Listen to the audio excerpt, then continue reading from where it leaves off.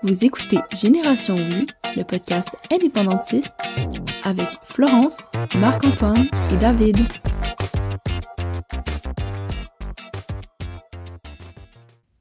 Alors, bonjour à tous, bienvenue à Génération Oui. Aujourd'hui, on vous a déniché tout qu'un invité pour vous parler de réconciliation, de colonialisme, de relations avec les Premières Nations et la nation inuit, ainsi que d'indépendance. Donc, avant de commencer, je veux quand même officiellement laisser la parole à Florence pour nous présenter notre commanditaire de la semaine.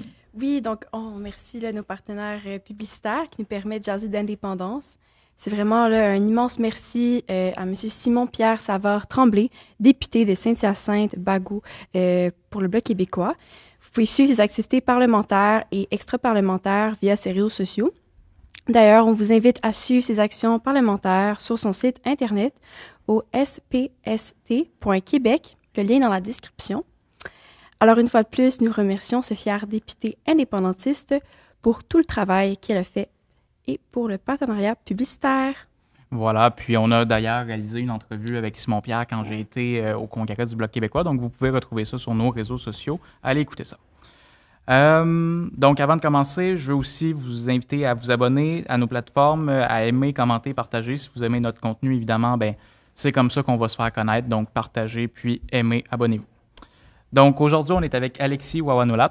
Kwai, bonjour, ça va bien? Oui, ça va vous autres? Oui. Ça va très bien. Merci beaucoup d'avoir accepté notre invitation, d'avoir fait la route aussi.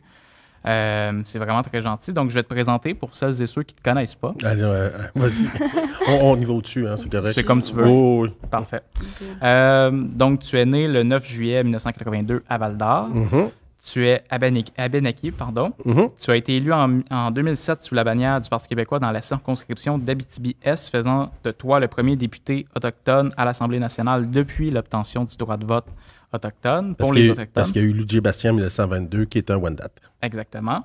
Puis, désormais, tu es avocat spécialisé en droit des peuples autochtones, chargé de cours en droit des peuples autochtones à la faculté de droit de l'Université Laval, collaborateur à Nouveau Le Fil, au Débatteur, de nouveau, et co-animateur de l'émission Kwe Bonjour au Canal M. Donc voilà, merci d'être avec nous. Merci de l'invitation. Merci beaucoup. Je te laisse commencer. Oui, tu sais, moi, ma première question, c'est quand que tu as commencé à t'intéresser à la politique, à ces enjeux-là? Je pense que j'étais assez jeune. J'ai baigné dedans, dans une certaine façon, du côté de ma mère. C'est pas une militante politique en tant que telle, mais elle fait de l'art. Puis ça, c'est comme une forme... souvent, les artistes amènent la culture, amènent une politisation sans même qu'on s'en rende compte. On le voit avec beaucoup d'artistes des Premières Nations puis des artistes québécois. Ma tante, Monique Sioui, est une des fondatrices de Femmes autochtones du Québec. Ma grand-mère, Esther, bien qu'elle n'ait pas été conseillère ou politicienne dans ma communauté, elle était très impliquée pour la culture. Mon père était candidat du RIN à une certaine époque. Oui. OK. Ton père qui est d'origine autochtone? Non, mon père est québécois, c'est Larouche. OK. OK. Fait qu'il est dans quelle circonscription, tu le sais-tu? À Val-d'Or, là. Okay, Je sais pas si ça s'appelait Abitibi-Est encore à ce moment-là. Puis c'est quand même assez courant dans ma famille. Ma tante Élisabeth Larouche a été députée et ministre des Affaires autochtones aussi, élue en 2012. Mm-hmm. Ah oui, OK. Fait que ça remonte quand même à... Il y a quand même une racine, une culture politique, même tu le disais avec ta mère. Oui, du côté de ma mère, du côté de mon père. Par la suite... j'ai commencé à m'impliquer. J'ai tout le temps aimé beaucoup l'histoire. Fait que souvent, quand on aime la politique, on aime l'histoire. Puis, j'ai commencé à m'investir au conseil étudiant au secondaire, même au comité d'établissement. Puis, de fil en aiguille, je suis parti en voyage. Je suis revenu en Abitibi vers 22 ans. Puis là, j'ai commencé à m'impliquer au Centre d'amitié autochtone, au Forum jeunesse de l'Abitibi-Témiscamingue, dans mon cégep. Je faisais une ASC en éducation petite enfance. Je suis éducateur petite enfance, moi, au départ, comme formation.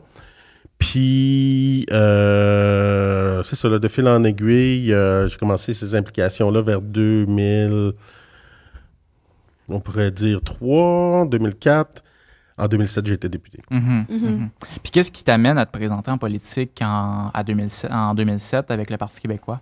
Qu'est-ce qui m'amène qu'est-ce qui m'a permis? On va y aller avec qu'est-ce qui m'amène puis qu'est-ce qui m'a permis, Ouais, parce que comme ça. c'est deux éléments différents. On pourrait les séparer. Mais bon, qu'est-ce qui m'amène en premier? Le Bloc québécois, avec Yvon Lévesque puis André Lévesque, qui était le président de la circonscription. Yvon Lévesque, qui était l'ancien député du Bloc québécois. Il y a Francis Murphy qui était conseiller à la ville de Val-d'Or, puis en jasant comme ça, moi je suis souverainiste. Puis là, il était bien surpris de ça qu'un Autochtone soit souverainiste. Fait qu'il va en parler à son exécutif au Bloc.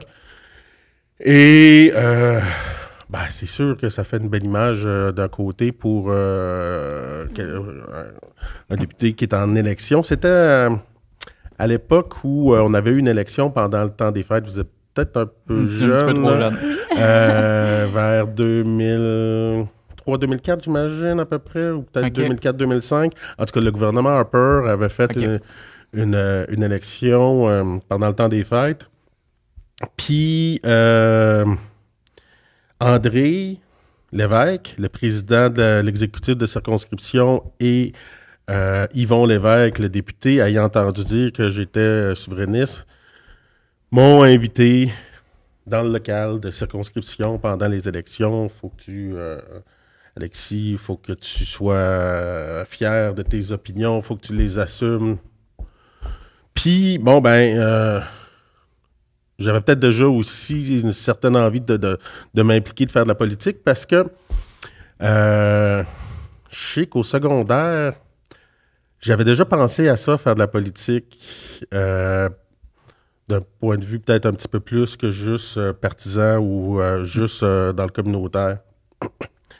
Je devrais pas juste dire juste parce que c'est super important ces implications-là aussi, là, mais dans un sens où je serais élu dans un poste électif comme député. Et à l'époque, je ne croyais pas que c'était atteignable pour moi dans la mesure où je n'étais pas très, très bon en français écrit. J'avais des difficultés assez sévères en français écrit, ce qui faisait que, bien que j'étais bon en maths, en français, en géo, je pétais des scores en français écrit, ça me permettait pas de rêver au parcours habituel d'un politicien. De faire mon cégep, devenir avocat, puis devenir politicien. Donc, le conseiller en orientation, à l'époque, avait fait mes tests, puis avait vu que, oui, je serais sûrement un bon leader, puis tout ça. Puis, il m'avait dit, tu sais, Alexis, il y a d'autres façons de se rendre à ce chemin-là. Tu peux t'impliquer dans des organismes, et ainsi de suite. Ce que j'ai fait, justement, peut-être 4-5 ans plus tard. Et donc, j'arrive au Bloc. Je m'investis dans la campagne du Bloc et tout en ayant j'étais sur 7 ou 8 conseils d'administration à ce moment-là. Là. Puis, j'avais la chance d'avoir un employeur, après avoir fait mes études, qui me disait « On t'a embauché, entre autres, parce que tu es un modèle pour les jeunes autochtones. » Je travaillais dans 2 écoles primaires à Val-d'Or. Donc, tout le temps que tu t'impliques, on va te laisser on va te laisser le faire sur ton temps de travail aussi. Ah oui? Ouais. Donc, j'étais très, très impliqué dans plein de conseils d'administration, plus mon travail de technicien en travail social à l'école Saint-Sauveur, puis l'école Saint-Joseph à Val-d'Or, où il y a des bonnes proportions d'Autochtones. Et bon, je finis par m'impliquer avec le Bloc. Je fais des parenthèses, je m'excuse. C'est pas grave. Ouais. Et bref, là, je rencontre Alain Lapointe, qui était le président du Parti québécois à Val-d'Or, qui s'impliquait dans la campagne du Bloc aussi. Et il me dit, après la campagne, on va avoir une assemblée et ça serait le fun que tu viennes avec nous. Fait que le jour de l'assemblée, j'arrive à l'assemblée. Je suis même pas encore péquiste, j'ai même pas encore ma carte de membre. Et bref, il me dit, moi je me tasse, puis je veux qu'un jeune comme toi soit président. Je dis, OK, je vais le faire. Puis moi, ma volonté, c'est qu'à la prochaine investiture, je me présente. Fait que, il y a André Boisclair qui arrive au travers de tout ça. Je deviens président et voilà ce qui m'a amené à m'investir avec le Parti québécois, à me présenter en me disant que plus jeune, j'avais de la misère à concilier mon identité autochtone et mon identité québécoise. Puis je me suis dit à un certain moment donné que les volontés nationalistes d'un groupe, de mes 2 groupes nationaux, on pourrait dire, c'était une volonté de survivance. Donc, j'ai vu des parallèles par rapport au fait qu'on devrait être des alliés naturels. Puis c'est un peu ça que je voulais apporter comme en me présentant, être un pont entre les communautés et tout ça. Puis après ça, maintenant, sur pourquoi j'ai été en mesure de me présenter, ben André Boisclair ne me voulait pas comme candidat. OK, ah ouais? Ouais. Est-ce que c'est un scoop? Ben non, c'est connu. Souvent, là. Ben, okay. C'est connu, c'est pas sur ma page Wikipédia, là, mais... C'est quoi, c'est... Ben, pensez pas qu'un jeune pas très connu en région qui arrive comme un peu... qui commence juste à faire sa place dans les médias puis dans les organisations,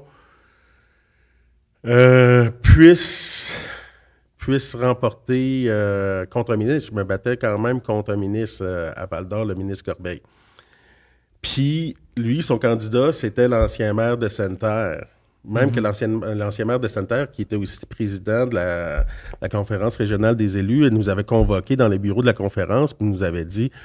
Je suis prêt à me présenter, mais avec une investiture clé en main, tu sais. Dans le sens que tu te présentes pas devant moi, tu sais. Puis moi, je dis, ben voyons, ça fait 6 mois que je vends des cartes, que je fais mon travail de fond, puis tout ça. Je dis, ben, annonce-toi, puis le meilleur gagnera. Puis il aurait possiblement gagné s'il aurait décidé de s'investir. Mais bon, bref. Tout ça pour dire que j'ai juste eu mon investiture 3 jours après le déclancement, 3 ou 4 jours après le déclenchement des élections. Ouais, hein. Parce que l'establishment ne voulait pas de moi comme candidat. Ah ouais. Mais je pense je pense que c'est ça. Un des pourquoi j'ai pu me rendre là, puis j'ai pas eu trop d'opposants, c'est à cause qu'André Boisclair n'était pas si populaire aussi. Ouais. Mais ça a été une élection très mauvaise pour le Parti québécois, là, à ce moment-là. Ouais.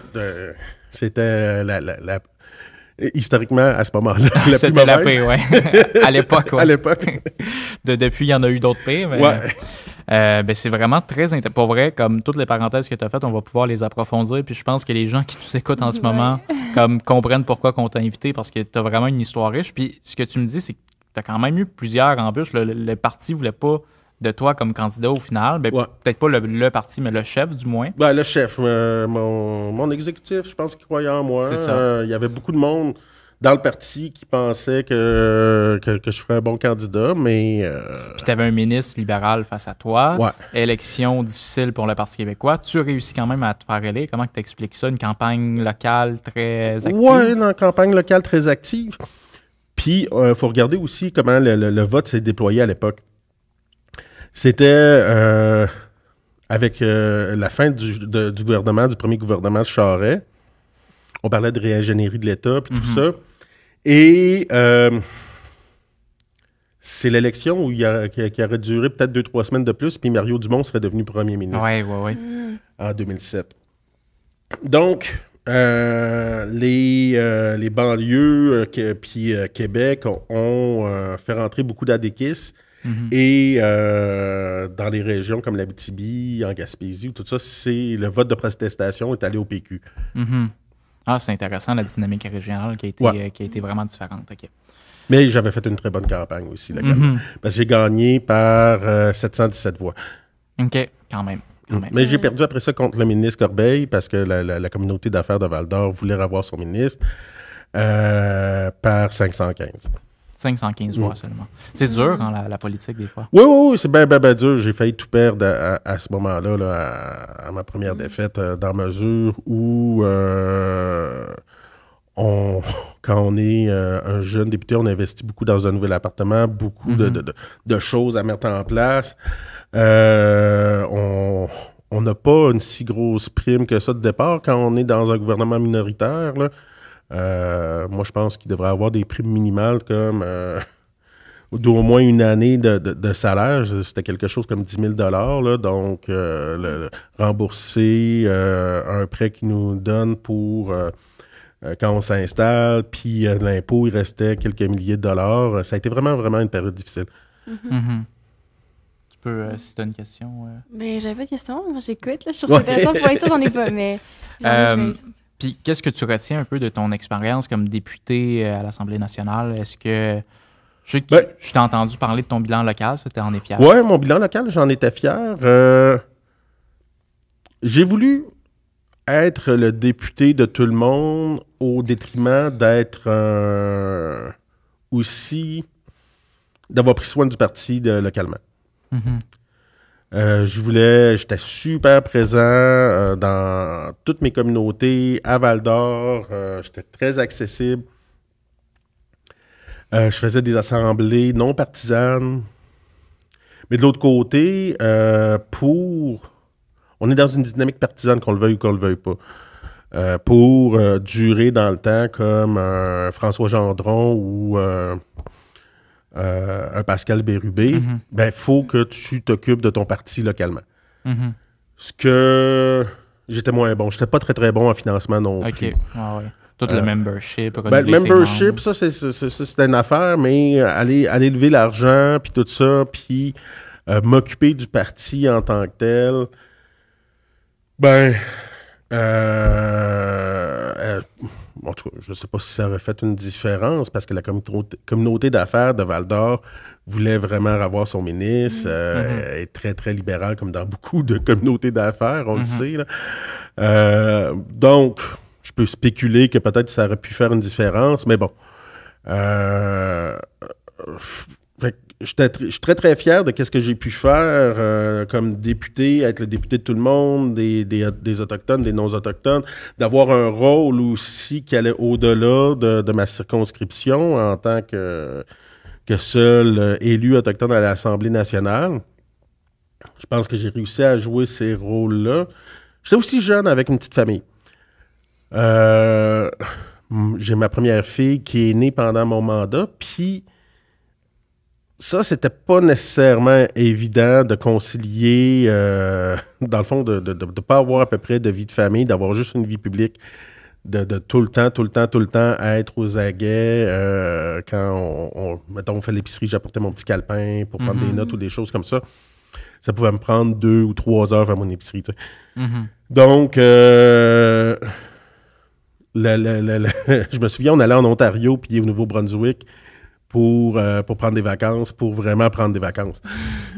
Parce que, c'est ça, je me faisais pas nécessairement reconnaître quand je sortais du Québec. Ce qui n'était pas le cas quand on prenait des vacances au Québec. Fait que, d'un point de vue personnel... j'en ai aussi beaucoup tiré de ça, dans la mesure où j'ai pu travailler à Lac-Simon, j'ai pu aussi devenir avocat, comme je le disais un peu plus tôt. J'aurais jamais eu les notes normalement pour devenir avocat. Puis ça, ben, c'est entre autres grâce à mon passage à l'Assemblée nationale que j'ai pu le devenir. Fait que il y a beaucoup de choses positives qui sont sorties de ça. Que ce soit dans mon mandat, mais bon, il y aurait des choses que j'aurais pu faire autrement, puis il y a eu ça a été aussi des grosses épreuves. Fait que tu es devenu avocat après? Ouais. Ton mandat, OK. Ouais. Ça fait juste 2 ans que je suis avocat. OK. C'est quand même récent. Ouais, c'est ça. Fait que t'avais tellement d'expérience, puis t'arrivais, mettons... si vous voulez, on peut sauter tout de suite après avoir été député, parce qu'il y a quand même plusieurs années entre... j'ai été élu, j'ai été battu comme député en 2008. Après ça, j'ai travaillé à Lac-Simon. Je suis retourné devenir éducateur à petite enfance, mais après ça, j'ai travaillé à Lac-Simon au développement des ressources humaines pendant 3 ans. Avant que moi puis la mère de mes grandes filles, on décide de s'orienter vers ma communauté qui est au Danak, donc au centre du Québec, entre Sorel et Nicolette, au nord de Drummondville, le long de l'Alessigontecook, qu'on appelle la rivière Saint-François, en langage colonial. Et là-bas, à Odanak, j'ai été élu au conseil des Abénaquis d'Odanak comme conseiller. Je me suis, après ça, présenté comme chef. Encore là, une autre défaite électorale. Puis, mon mandat comme conseiller était vraiment, vraiment stimulant parce que d'un côté, on est très, très proche des citoyens. Puis, on est dans l'action, surtout une communauté comme Odanak où on a des moyens de faire les choses si on veut les faire. Donc, c'était intéressant pour ça de pouvoir essayer de développer des projets. Il y en a certains qui ont fonctionné, comme développer un camp de jour pour nos enfants de la communauté, mais moi, mon grand rêve, c'était qu'on ait notre propre école à Odanak. OK. Parce qu'on envoie en ce moment nos enfants dans l'école Moreau. L'école Moreau, c'est le gars qui a volé nos terres dans les années 1890. Donc, le fondateur de Pierreville, l'abbé Moreau. Il y a toute une symbolique. Oui, il y a toute une symbolique, là. Donc, moi, j'aurais vraiment, mais bon, encore là, j'étais peut-être un petit peu... je voulais peut-être faire les choses rapidement. Puis, il aurait été plus avantageux que je m'installe comme conseiller avant de me présenter comme chef puis essayer de tout changer tout d'un coup, là. J'avais cette volonté-là, entre autres, d'agir rapidement parce que mes enfants auraient pu aller à l'école primaire si elles se seraient développées. Mais bon, tout ça pour dire que rien n'arrive peut-être pour rien dans la vie et c'est après ma défaite électorale, donc en 2015, j'ai été au cégep à Kiona. J'avais distribué des CV un peu partout comme éducateur à petite enfance dans la région. J'avais pas trouvé de travail. J'étais allé au cégep. Tant qu'à rien faire, je vais aller faire une session de cégep. Super belle expérience à Kiona d'être dans un milieu autochtone où on enseigne la science politique, par exemple, avec une perspective autochtone, l'histoire avec une perspective autochtone. Super intéressant. Il y avait d'autres éléments que je trouvais peut-être un petit peu redondants que j'avais appris de façon autodidacte. Et avec un ami avec qui j'avais fait, c'était pas exactement un parti politique, mais une équipe politique, on s'était dit parce que on a des membres à Odanak, à Sudbury en Ontario, à Waterbury, Connecticut, Albany, New York. Donc, on venait d'un débat électoral de Sudbury et on se disait, bon, ben si on les a pas aux élections, on ira faire notre droit en joke, puis on les aura comme ça. Bref, moi puis Jean de Gonzague, mon partner, on s'est présenté en droit. Malheureusement, lui, il a pas réussi à rentrer, mais moi, ben, avec une lettre d'une conseillère, mais surtout une lettre de l'ancienne première ministre Marois, qui avait été ma chef. Après, André Boisclair était revenu. Ben, ça avait beaucoup impressionné le comité à Sherbrooke. J'avais appliqué à Sherbrooke, puis à l'UQAT. Pas l'UQAT, à l'UQAM. À l'UQAM, j'ai même pas eu droit d'entrevue. Je devais pas être assez... mais bon, je devais être trop bête pour l'UQAM. Mais à Sherbrooke, j'ai eu mon entrevue, puis bref, après ça, ben, c'est de l'histoire, là. J'ai fait mon bac. J'ai maintenant aussi mon GED, là, mon juris docteur en common law puis en droit transnational, puis j'essaie de finir ma maîtrise là, parce que il y a des endroits, c'est drôle, hein, tu sais, on disait que j'étais chargé de cours à l'Université Laval, mais il y a d'autres universités où il faut absolument avoir une maîtrise pour être chargé de cours. Donc, voilà. Fait que, oui, ça fait qu'on peut passer sur un peu sur un autre bloc, là, plus sur les relations entre le Québec puis les nations autochtones. Dans les villages, dans les communautés autochtones, c'est quoi comme la vision du gouvernement fédéral? Ben, la relation fiduciaire avec les peuples autochtones existe depuis au moins 150 ans. Donc, il y a cette relation fiduciaire-là qui est très importante avec le gouvernement fédéral et beaucoup de peuples autochtones. Et il faut savoir aussi, c'est qu'auparavant, il y a eu des relations diplomatiques avec les Français dans le passé, mais au moment de l'arrivée de la couronne britannique, Ben, des traités se sont faits avec les Anglais. Il y a une relation directe qui s'est faite avec la couronne britannique. Et ces traités-là, ces relations-là ont conservé une valeur symbolique chez beaucoup de peuples autochtones. Donc, c'est pas pour rien aussi que au moment de la couronne britannique, c'était une affaire d'empire, dans le sens que on avait des délégations de pouvoir aux législatures comme le Canada ou le Bas-Canada, là, au Canada, qu'est-ce qu'on appelait qu'est-ce qu'on appelle aujourd'hui les provinces maritimes. Mais les relations qui avaient lieu avec les peuples autochtones, c'était ça relevait de l'Empire britannique, ça relevait directement de Londres avec des délégations de pouvoir qui arrivaient de Londres. C'était pas délégué aux différentes législatures. Dans la mesure aussi qu'il y avait une importance stratégique encore de se dire que militairement, on avait besoin de ces peuples autochtones-là et on n'avait pas tout assise encore l'autorité de la souveraineté britannique sur le territoire, donc il fallait des alliés, ou à tout le moins, il fallait s'assurer que les peuples autochtones ne se soulèvent pas parce qu'ils pouvaient représenter une force importante à ce moment-là. On se souvient aussi, après la conquête, il y a eu la proclamation royale. Il y avait cette volonté-là d'avoir des alliés militaires ou du fait qu'on craignait qu'est-ce qui pouvait arriver avec les colonies américaines. Justement, tu en parles des colonies américaines, tout ça. Si on remonte même avant l'établissement du Canada en 1867, la relation entre les Premières Nations et la nation inuit et la Nouvelle-France, puis après ça, avec la couronne britannique. Est-ce qu'il y avait des choses de différentes? Parce qu'on entend souvent que les Français, c'était mieux avec les Français, puis que les Britanniques étaient... Il y a beaucoup de personnes qui font ces observations-là, qu'il y avait un respect des traités.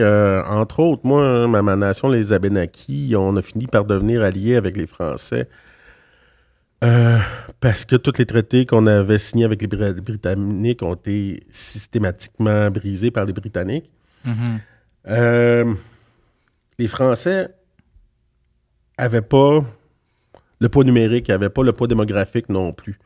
Au plus fort je pense que c'est 50 000 au plus fort. Au plus fort, je n'ai pas le nombre exact, mais bref. Il n'y avait pas le poids démographique, sauf à quelques endroits dans la vallée du Saint-Laurent, peut-être un peu en Louisiane, peut-être à certains endroits dans les hauts pays, là,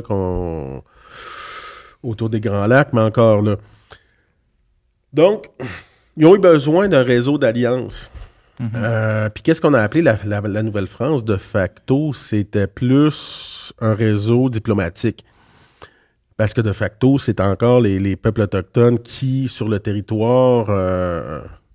contrôler les passages, aller chercher les fourrures, puis tout ça. Donc, un réseau diplomatique qui, était relié avec la France, avec les traités qui étaient faits avec la France, mais quand même. Donc, dans cette mesure-là, où on a aussi des documents historiques qui nous montrent qu'à l'époque, mettons qu'il y avait eu un délit criminel ou quelque chose, on allait juger peut-être les peuples autochtones ou les membres des peuples autochtones selon leurs lois. On respectait aussi les cérémonies autochtones là, au moment de la conclusion des traités, au moment des échanges. Ah oui, tout ça en Nouvelle-France? Ouais, la grande tapagie, entre autres, là, qu'il y a eu à côté de Tadoussac, c'est des cérémonies autochtones, dans le fond, de diplomatie. On le faisait aussi chez les Anglais dans une certaine mesure, mais les Anglais avaient le poids du nombre. Certes, ils ont conclu des traités, puis ils ont transposé peut-être une certaine relation que la couronne française avait avec les peuples autochtones à leur propre avantage. Parce que quand les Anglais sont arrivés, il y avait besoin des peuples autochtones comme force de travail, bien sûr, encore, parce que la traite des fourrures, c'était encore quelque chose qui existait. Puis après ça, d'un point de vue militaire, comme je l'ai dit un peu plus tôt, mais bon, les choses ont commencé à se gâter quand les peuples autochtones sont devenus, à quelque part, d'utile à nuisance pour la couronne. Est-ce qu'un même processus serait arrivé si les Français étaient restés au pouvoir? Peut-être, je ne sais pas, mais on ne s'est pas rendu là dans l'histoire de la dite Nouvelle-France. Donc, dans le Canada anglais, on avait besoin des peuples autochtones pour la traite des fourrures, pour des raisons militaires, des raisons économiques, mais de fil en aiguille, on a commencé à changer la façon d'aller chercher les ressources sur leur territoire. Entre autres, un des éléments qui a amené ces changements-là, ça a été le blocus continental de Napoléon sur l'Europe continentale, où les Anglais allaient chercher leurs matériaux, leurs ressources pour construire leur marine marchande ou leur navy. Ils ont commencé à venir de l'autre côté, ici, dans la vallée de l'Outaouais, de la vallée de la Saint-Maurice. Et là, ben, on n'a plus besoin des Autochtones nécessairement pour faire l'extraction des ressources et ils deviennent une nuisance parce qu'ils sont sur le territoire, puis on coupe, on vient, on tombe sur eux.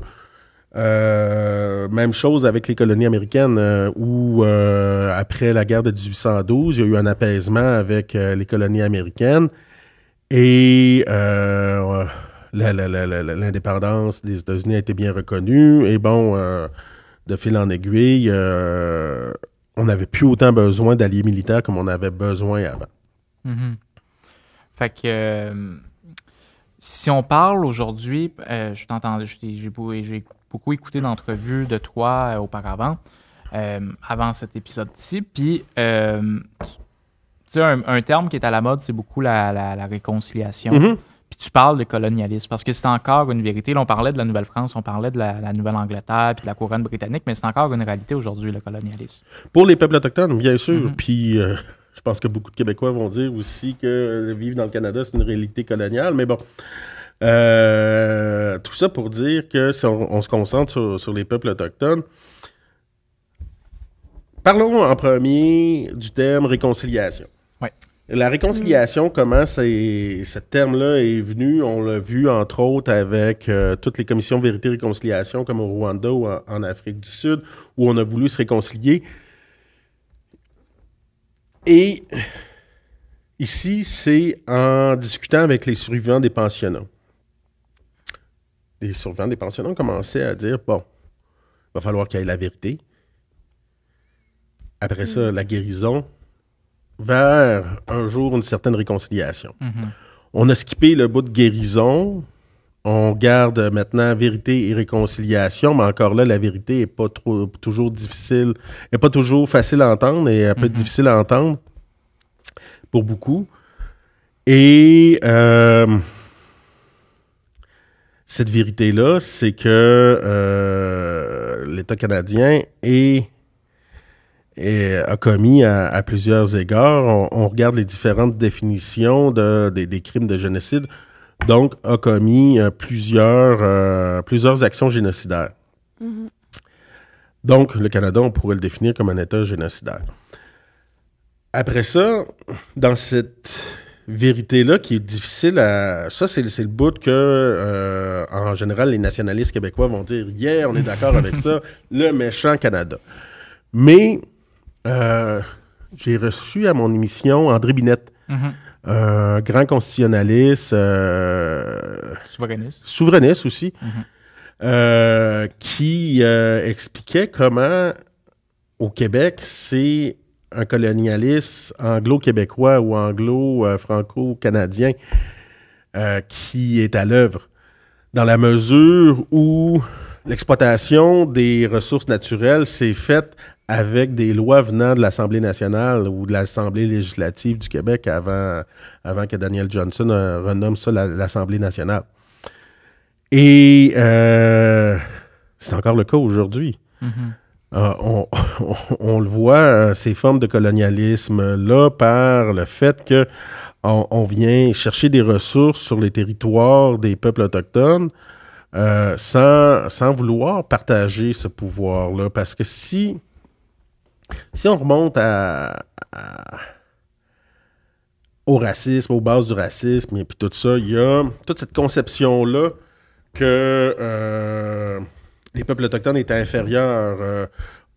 Parce que, après, comme ici, au départ du colonialisme, il n'y avait pas trop le choix de faire affaire avec les peuples autochtones s'ils voulaient survivre, de 1. Après ça, s'ils voulaient avoir des ressources, de 2.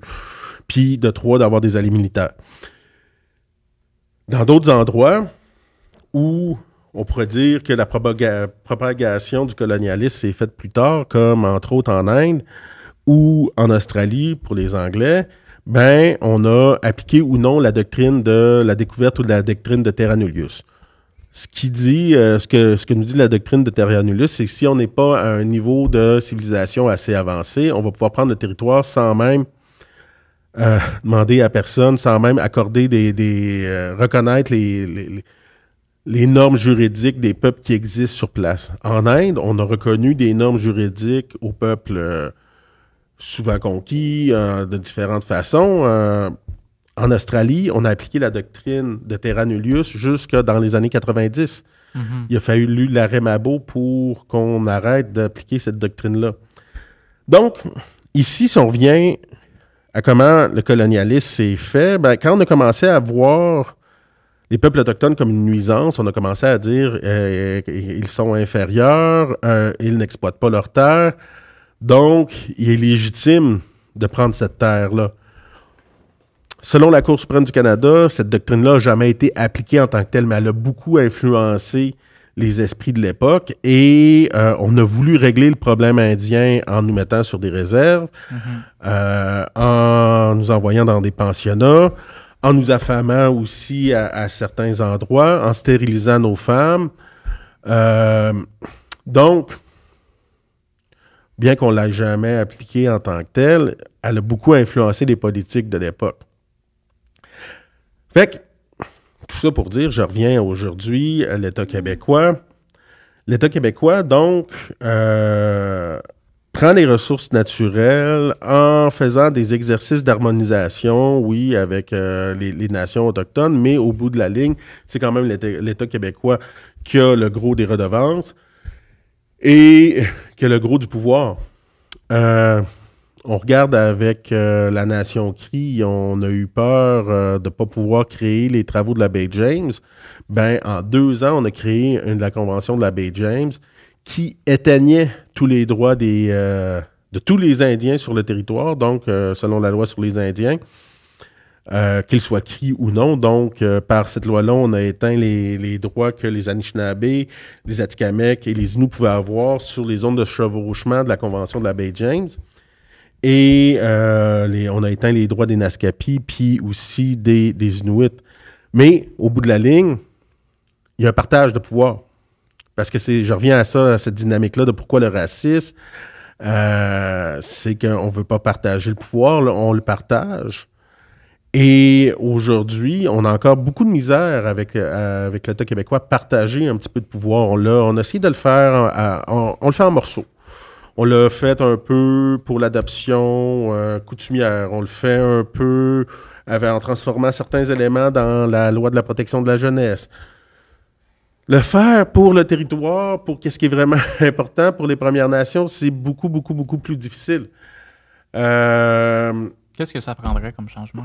Ben, moi, je pense que si, entre autres, j'ai voulu m'aventurer avec les nationalistes québécois une nouvelle constitution, qu'elle soit d'un Québec indépendant ou d'une nouvelle constitution canadienne. Puis cette nouvelle constitution-là, qu'est-ce qu'il faudrait que ça l'inclue? Parce que c'est beau d'avoir une nouvelle constitution. Oui, mais par rapport à la constitution, entre-temps, il peut y avoir des traités qui peuvent être faits, ou des lois particulières, ou des ententes particulières. Là. Mais bon, par rapport à la constitution, pour qu'est-ce qu'il faudrait? Ben,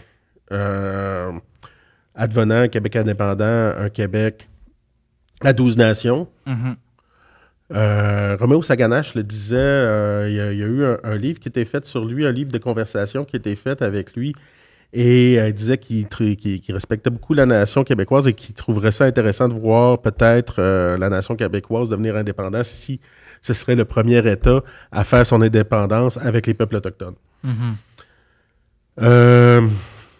Et bon, qu'est-ce que ça veut dire? Ça veut dire un partage du pouvoir, ça veut dire des compétences pour les peuples autochtones, des compétences sur leur langue, des compétences sur leur culture, des compétences sur des territoires aussi spécifiques donnés qui leur permettent de se développer. Donc, c'est un partage du pouvoir. C'est ça que ça veut dire, d'accepter que les peuples autochtones puissent avoir leur pouvoir sur leur destinée. Mais bon, est-ce que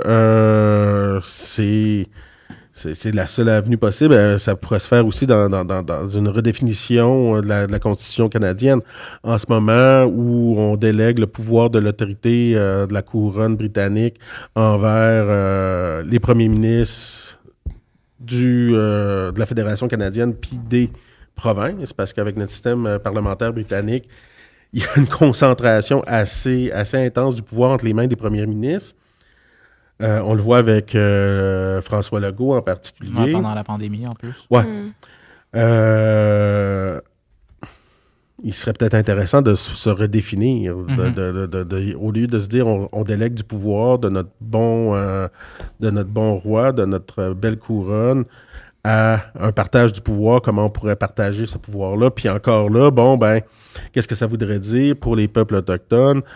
C'est que on les reconnaisse et puissent peut-être avoir éventuellement un parlement autochtone, puis que ce soit dans une nouvelle constitution canadienne ou éventuellement la constitution de la nation québécoise qui deviendrait indépendante. Il serait intéressant de prendre des éléments philosophiques des Premières Nations puis les mettre dans une nouvelle constitution. Tu sais, en ce moment, on a une philosophie très libérale avec la propriété et le temps comme point focuso, on pourrait dire. Tandis que les Premières Nations, on voit la relation avec le territoire et le cercle, où on a tous une place dans le cercle.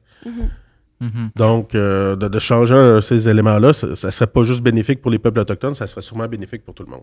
Puis je pense que je t'ai déjà entendu, si je ne m'abuse, parler, parce que là, on parle souvent qu'on a apporté la démocratie en Amérique, c'est faux. Là. Je veux dire, il y avait une démocratie chez les Premières Nations, qui est beaucoup par le consensus. On a beaucoup à apprendre de ça, même aujourd'hui. C'est long, souvent, le consensus, mais ça a des résultats souvent plus durables. Puis, tantôt, tu parlais aussi des langues autochtones. Quelle place les langues autochtones devraient prendre, selon toi, au Québec? La place que les peuples autochtones veulent bien leur donner. En ce moment, il y a le gouvernement du Québec qui veut faire une espèce de loi 101 de la protection des langues autochtones. Puis, qu'est-ce qu'on entend beaucoup chez les peuples autochtones, chez les Premières Nations? C'est de dire que au lieu de faire une loi pour nous dire comment on devrait protéger notre langue, vous devriez juste éliminer les barrières qui viennent empêcher nos langues de pouvoir se déployer. Pour qu'on puisse légiférer nous autres mêmes sur nos propres langues. Comment qu'on pourrait faire en sorte que justement vous ayez un pouvoir de législation? Parce que présentement, c'est à l'Assemblée nationale, on n'a pas de... Vraiment, on a une députée autochtone, si je ne m'abuse. Oui, Catherine Champagne-Jourdain, si exactement, je me députée de Duplessis pour la CAQ. Mais... Qui est ministre du Travail, oui. Exactement. Ou de l'Emploi, non, de l'Emploi. L'Emploi. Oui. Mais demeure pas moins qu'il n'y a pas de chambre... moi, je pense que dans un Québec indépendant, si justement on pense à un nouveau cadre, puis c'est pas à moi de décider ça, mais est-ce qu'on pourrait penser à une chambre faite par et pour les peuples autochtones? Oui, il existe des exemples dans le monde là, où il y a des parlements Sami. Ça veut dire quoi?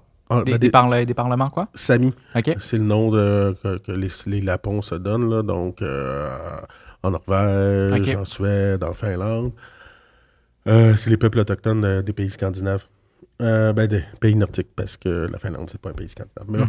Mais En Nouvelle-Zélande, il y a une chambre, il y a une commission parlementaire qui est réservée aux Autochtones. Ils font beaucoup de choses pour faire en sorte que les peuples autochtones aient leur place aussi à l'Assemblée législative puis dans le gouvernement. Donc, on a des exemples à différents endroits dans le monde. On pourrait parler de la Bolivie, on pourrait parler de comment on a adapté le système judiciaire au Groenland. Moi, qu'est-ce que je pense qui serait intéressant, c'est que on avait une chambre haute puis une chambre basse avant au Québec avec le Conseil législatif puis l'Assemblée législative. Avant qu'on élimine le Conseil législatif, qui était un peu l'équivalent du Sénat, donc des personnes nommées.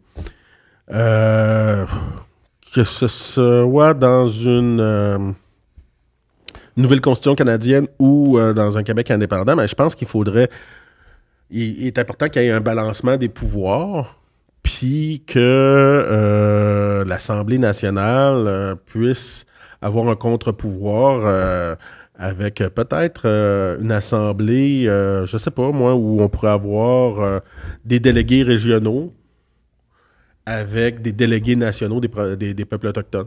Mm-hmm. On pourrait l'appeler la Chambre des nations et des régions.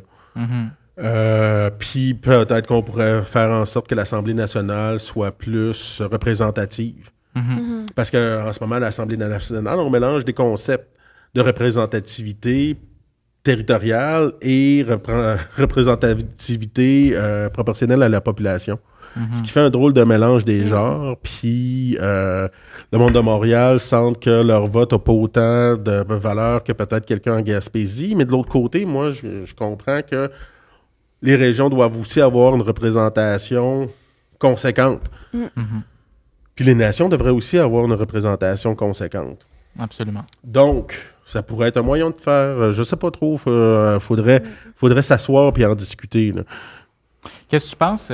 Moi, j'ai milité au Parti québécois, au fond comme toi, mais j'ai milité au CNJPQ, puis on avait proposé, je me souviens pas à quel congrès, que dans les écoles, par exemple, moi, je viens de Shawinigan, que on apprend beaucoup l'anglais, puis je pense que l'enseignement des langues, c'est important, mais à côté, près de chez nous, on a des communautés autochtones, puis leurs langues sont en péril, puis on apprend peu leur langue, on en sait peu, puis c'est pas à travers nos cours d'histoire qu'on va en savoir plus. Fait que, est-ce qu'on avait pensé à apprendre des bases d'Atikamekw? Je pense que ce serait un respect, si on veut que vous... Ça pourrait être intéressant, oui, de faire en sorte que ces langues-là puissent aussi avoir un écho chez les jeunes Atikamekw qui seraient à Shawinigan, ou parce qu'il y en a, ou les jeunes Anishinaabe qui sont à Val-d'Or.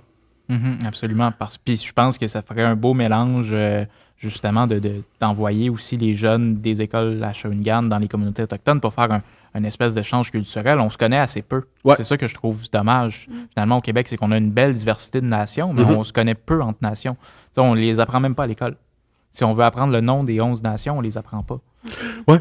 Puis pourtant, on apprend les 12 mois de l'année. Fait oui, puis après ça, des écoles vont, apprendre l'anglais, mais souvent, on va avoir des écoles internationales où on va apprendre l'espagnol. Ouais. Puis dans d'autres, même des fois, le mandarin maintenant. L'allemand, là. L'allemand. Ce qui est bien, là, ce qui est une belle et bonne chose, là, d'être ouvert sur le monde puis d'avoir une diversité, mais pourquoi pas s'ouvrir sur la richesse qui existe déjà ici, ouais. Exactement. Puis quand on défend le français au Québec, c'est parce qu'on veut que le monde ait plusieurs langues. Donc, ça serait un peu contradictoire de ne pas se placer comme des alliés. Des alliés, oui. Exactement, pour les peuples autochtones, pour que vous puissiez vous aussi développer vos langues puis les maintenir dans le temps, parce que c'est ça qui fait la diversité puis la beauté du monde. Surtout que c'est pas les Autochtones, même les Autochtones anglophones qui sont une menace pour la langue française au Québec. Absolument. T'allais dire quelque chose? Non, c'est surtout comme, tu sais, dans l'éducation, je me souviens, dans mes cours d'histoire en secondaire 4, t'as genre des petites pages, t'as un petit paragraphe, puis il y a un paragraphe sur les pensionnats. Puis après, on posait des questions, puis le prof, lui aussi, tu sais, c'est pas trop, mais c'est comme, on manque de ressources. Fait qu'après, vu que les gens ont moins de connaissances, les préjugés embarquent, fait qu'on dirait que c'est comme un cercle vicieux, que tout le monde est comme séparé de son bord, un peu comme... ça manque d'encadrement. Oui, ça manque d'encadrement. C'est des sujets avec lesquels l'État est mal à l'aise aussi. Mais oui, il pourrait y avoir plus de conférenciers, peut-être, qui viennent des nations.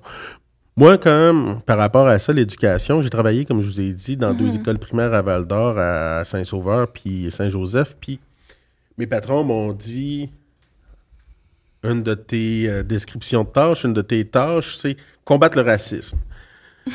OK. Bon, ben, large mandat. C'est large mandat, oui. Comment tu fais ça? Fait que là, je commence à réfléchir comment je fais ça. Chez les plus jeunes, j'essayais de leur montrer un autre narratif. Je leur contais des contes qui se passaient ailleurs que dans la forêt noire en Allemagne, avec des châteaux, des choses comme ça. Ou des contes qui venaient d'Europe ou des choses comme ça. C'est ce qu'on entend beaucoup quand on est tout petit quand même. Après ça, chez les plus vieux, j'essayais de leur montrer par bricolage, puis en faisant des ateliers avec eux autres, mettons, quand je dis plus vieux, là, je suis rendu à 3e, 4e année à peu près. Donc, des éléments culturels des peuples autochtones qui sont dans la culture québécoise. Toboggan, kayak, canot, le lien avec la forêt ou des choses comme ça, qui viennent clairement des peuples autochtones. Donc, des éléments qui ont été adoptés par la nation québécoise. Puis chez les plus vieux, 5e, 6e année, je leur faisais l'histoire de l'Abitibi, mais en reculant avant la colonisation, puis en parlant des choses moins belles comme les pensionnats. Puis on était capable de comprendre ça en 5e et 6e année du primaire. Je pense que les jeunes pourraient comprendre ça aussi au secondaire. Oui. Absolument. Le temps file, on passerait au bloc sur l'indépendance. Oui, parfait. Comment on peut parler, mettons, nous ici, c'est un podcast d'indépendance, mais comment on peut parler comme d'indépendance de manière, à inclure justement, genre, les peuples autochtones, ces valeurs-là aussi, comment on parlait de langue, comme un exemple. Mais... je pense qu'on l'a fait un peu dans une certaine mesure au micro ici, mais... Qu'est-ce qui est le plus triste souvent, je trouve, avec le mouvement indépendantiste, c'est que on n'a pas... On reproche souvent aux Autochtones d'être un frein à l'indépendance, mais est-ce qu'on a sérieusement proposé aux Autochtones d'embarquer dans le mouvement lors des les 2 tentatives qu'il y a eu? La solution pour certains Autochtones de Parizeau à l'époque, c'était d'accepter la partition d'une partie des territoires pour qu'ils puissent se rattacher au Canada. Donc, moi, je pense que si on veut parler d'indépendance un jour, si ça revient vraiment sur le tapis, avec la CAQ, c'est un petit peu difficile de voir, mais bon, c'est sûr qu'il y a quand même un potentiel si on regarde les sondages, mais bon. Comment on fait pour que les peuples autochtones puissent avoir leur place là-dedans? C'est pas en leur disant, comme j'ai déjà entendu, il va falloir accepter qu'est-ce qui arrive, peu importe quoi, d'un point de vue démographique, vous n'êtes pas assez.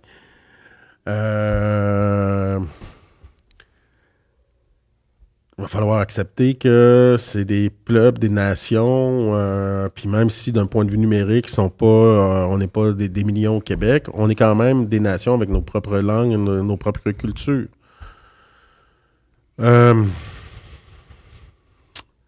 Donc, je pense qu'il y a certains groupes qui sont souverainistes qui ont une démarche intéressante vers les peuples autochtones. Maintenant, il y a aussi tout un courant nationaliste plus identitaire qui est plutôt réfractaire à même ouvrir envers les peuples autochtones, ouvrir une simple reconnaissance de leur existence puis des capacités qu'on pourrait avoir. Donc, ça revient un peu à ce que je disais plus tard. Est-ce que, dans une optique d'indépendance, les souverainistes seraient prêts à accepter de partager du pouvoir. Mm-hmm. Puis toi, comment tu es devenu, parce que là, tu as clairement des critiques envers le mouvement indépendantiste, puis je pense qu'elles doivent être entendues. Mm-hmm. Comment tu es devenu indépendantiste? Le colocasse. L'album manifestif. OK. Je voyais un souverainiste qui pouvait me ressembler. Mm-hmm. Ouvert sur le monde, sur les peuples. On l'a vu aussi après avec les collaborations qu'ils ont pu faire avec Samian. Absolument. Donc, je dis, on peut dire le colocasse, parce que c'est peut-être qu'est-ce que focusé, là, mais c'est de reconnaître qu'est-ce que je suis à ce moment-là dans ma vie, là. C'était ça qui étaient mes expériences d'un autochtone, oui, mais avec comme d'origine aussi québécoise, qui vivait dans un milieu surtout québécois. Qui voulait défendre ces deux nations. Qui voulait défendre ces deux nations, puis qui s'est mis à écouter aussi Manifestif de Loco-Locas, puis qui a vu... c'est ça, une forme de souverainisme qui lui parlait. Puis, qui veut s'ouvrir sur le monde. Puis sur le monde, puis sur les peuples d'ici aussi. Absolument, absolument. C'est, au fond, parce que je pense que j'entends beaucoup parler de faire l'indépendance avec les Premières Nations, puis c'est pour ça que je voulais te recevoir, parce qu'au-delà de cette belle phrase-là qui est de dire on veut faire l'indépendance avec les nations autochtones, il faut savoir ce que ça implique. C'est qu'il faut savoir à quoi ça va ressembler, parce qu'il ne faut pas arriver au moment de l'indépendance puis dire non, nous, ce qu'on voulait, c'est de prendre des belles photos puis avoir de l'air bien, tu sais. Ouais. Fait que je trouve ça intéressant d'explorer avec toi toutes les formes de pouvoir qu'on pourrait partager, puis qu'est-ce qu'on pourrait aussi inclure au sein même de notre propre pouvoir. Tantôt, on parlait de consensus, de démocratie par le consensus, etc. Donc, je trouve ça... Des formes de formes démocratiques où on a à quelque part le cercle dans notre idée. Puis qu'est-ce que je veux dire par là, c'est qu'on est dans... Moins que dans d'autres pays comme en France, où c'est encore très hiérarchique, mais on le voit comment tous les pouvoirs sont regroupés entre les mains des premiers ministres. Puis on est dans une démocratie représentative où on élit un député et on lui délègue nos pouvoirs aux 4 ans. Puis oui, on peut consulter. Oui, il y a des processus de consultation parlementaire, d'études parlementaires et ainsi de suite. Mais le cercle, la décision, tout le monde a sa place vraiment pour participer à la décision. Je pense que ça pourrait être un bon principe à... Est-ce que c'est un peu une forme de démocratie directe à ce moment-là? C'est sûr que dans les groupes autochtones, c'était ça qu'il y avait, là. C'est avec le consensus, là. C'était un peu de ça que moi, je m'inspirais pour faire mes assemblées non partisanes quand j'étais député. Maintenant, à quel point ça peut s'imbriquer... ça pourrait peut-être plus s'imbriquer si on pense à une décentralisation, une réelle décentralisation des pouvoirs, là. Mm-hmm. Parce qu'effectivement, ce que tu nommes, c'est un peu la crise de la démocratie. Tu sais, aujourd'hui, les gens ont peu confiance en la démocratie, vont de moins en moins voter. Mm-hmm. Mais au fond, est-ce qu'on est vraiment dans une démocratie quand on vote pour un représentant qui va nous représenter pendant 4 ans, puis on n'a pas notre mot à dire? Fait que ce que tu parles du concept du rond, puis que tout le monde a sa place, c'est vraiment très intéressant. On pourrait penser à des mécanismes de révocation des élus, on pourrait penser à des référendums d'initiative populaire. Ce serait des choses intéressantes. Oui, ça. Qui pourraient amener plus de pouvoir entre les mains des gens, puis comment on peut leur permettre, est-ce que la forme de vote qu'on a est-ce qu'il y a, tu sais, aujourd'hui, on est capable de voter à Big Brother ou à des émissions de télé-réalité avec des taux quand même, une certaine fiabilité. Je sais pas, là, j'ai pas de solution à ça, mais je me dis qu'il faudrait se poser des questions. Ben oui, absolument, absolument. Puis... comment est-ce que le mouvement souverainiste, selon toi, pourrait faire pour se rapprocher, on en a parlé, mais essentiellement, c'est pour se rapprocher des Premières Nations, puis des inclure, c'est ça, c'est des inclure, tout simplement. Des inclure, mais il faut que ça soit sincère. Puis, tu sais, aux dernières élections, là, veut pas, oui, on a eu un nombre record de candidats autochtones, que ce soit dans tous les partis, mais en particulier dans un parti qui était Québec solidaire. Mm-hmm. Qui a a non seulement démontré un intérêt, mais a fait le travail d'aller voir les personnes sur le terrain, puis de laisser une place réelle aux Autochtones. Pourtant, ça aurait été pas pire qu'ils laissent une place réelle aux Autochtones dans des comtés plus prenables, mais encore là. Il reste que dans tous les candidats, dans tous les partis, c'est eux quand même qui en ont eu le plus avec 6 candidats autochtones. Donc, il y a sûrement quelque chose à faire là. Accepter la critique, j'imagine. Tu sais, il y a une commission ou l'équivalent d'une commission autochtone à QS ou le comité autochtone, je me souviens plus, là. Mais bon, bref, tout ça pour dire que est-ce que c'est la solution parfaite? Peut-être pas, mais on voit que cette ouverture-là, ben, elle se reflète avec une certaine réception positive chez les Autochtones de cette ouverture-là. Oui, c'est définitivement, tous les partis devraient aller plus vers ça. Oui. Ben, je pense qu'ils ont essayé de le faire, entre autres, puis on l'a vu avec aussi le gouvernement Legault. Là. Ils ont choisi une personne dans un comté qui était très prenable, puis est devenue la deuxième personne à être élue, puis la première fois qu'on a une personne ministre qui est autochtone aussi à l'Assemblée nationale. Donc, si tu le veux bien, on va se diriger vers la fin, mais juste avant ça, on irait dans une formule ça ou ça. Donc, je te donnerai 2 choix, puis tu me dis ta préférence entre les deux sans justification. Good! Si je te dis lève-tôt ou couche-tard? Ah, avec les enfants, je suis devenu un lève-tôt.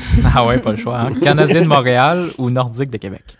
Ah, j'ai tout le temps été plus Canadien de Montréal. Quand j'écoutais le hockey, là, plus jeune, puis mon idole, c'était Patrick Roy. Ah ouais, OK.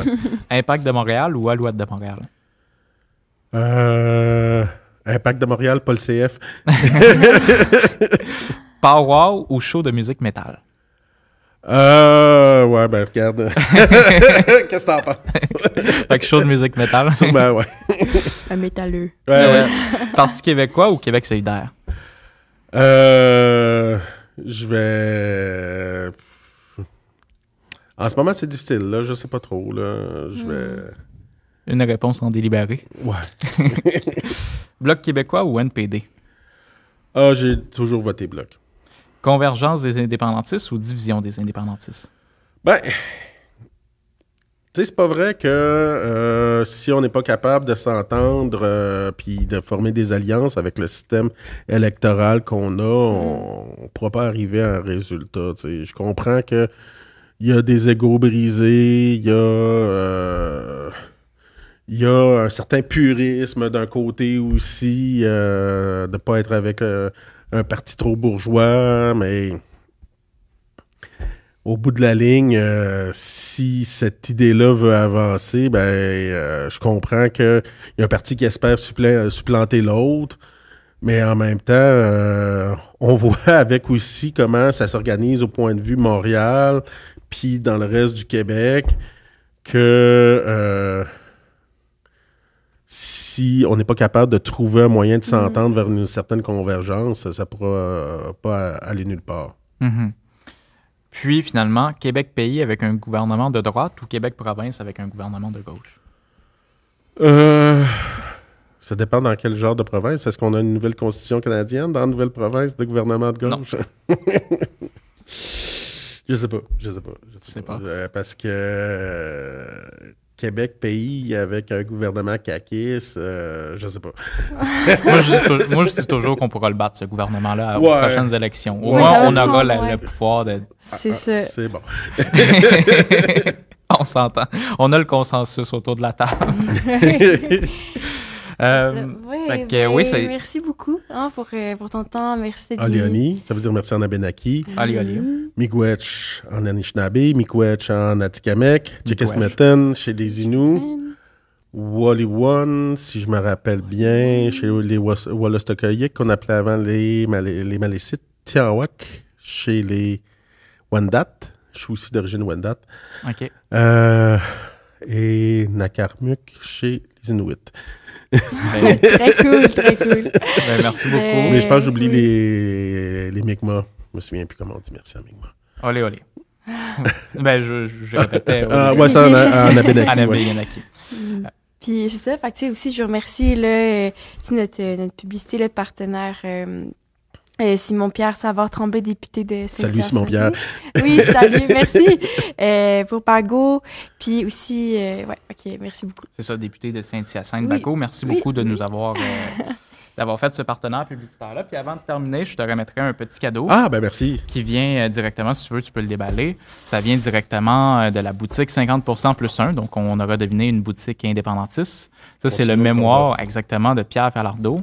Donc, avec des petits stickers. Exactement. Donc, le reste, c'est des petits accessoires. Pardonnez-moi. Voilà. Oui. Vintage. Donc, voilà. À l'époque... moi, j'avais 15 ans à cette époque-là. Ah oui, donc tu n'as pas pu voter. 15 ou 16, non, j'ai pas pu voter. C'est ça. Non. Mais à ce moment-là, j'avais demandé à ma mère de voter oui. Bon, voilà, tu as fait ton devoir d'indépendantiste. Ben, merci beaucoup. Merci. Olé, encore une fois d'être venu, puis on te remercie. Puis comment qu'on peut te suivre? Il y a quoi bonjour. Je suis pas super actif sur mes réseaux sociaux. Là. Je poste une fois de temps en temps. Là. Ma page, pas ma page, mais plutôt mon profil Facebook, c'est là où je poste le plus souvent. Là. Sinon... c'est ça, j'ai un Twitter, j'ai aussi Instagram ou LinkedIn, mais je suis pas la personne la plus active sur ces réseaux sociaux. Là. Ben, je dirais aux gens d'aller écouter au moins Coué Bonjour. Coué Bonjour, oui. Si vous vous intéressez à l'actualité, mais à la culture autochtone. Ouais. On a beaucoup d'auteurs, beaucoup de musique. De l'art des artistes performatifs. C'est impressionnant toute la quantité de très bons artistes qu'on a chez les Premières Nations. Ils font un travail remarquable de propager nos histoires, notre vision du monde. Donc, puis on reçoit toutes sortes de monde, comme je disais un peu tantôt. André Binette est venu à mon émission. Je reçois des constitutionnalistes, du monde qui font de l'histoire, toutes sortes d'invités, mais beaucoup de culture. Donc, Coué Bonjour, au canal M. Oui, puis on peut la retrouver. On peut la retrouver sur les 40 plateformes aussi, Spotify. Spotify, c'est ça, toutes les plateformes de podcast, l'émission Coué Bonjour du canal M. On va mettre tous les liens dans la barre, dans la description. Parfait. Donc, les gens, s'ils ne vont pas l'écouter, c'est qu'ils sont de mauvaise foi. Salut. Ben, merci beaucoup. Bye. Au revoir.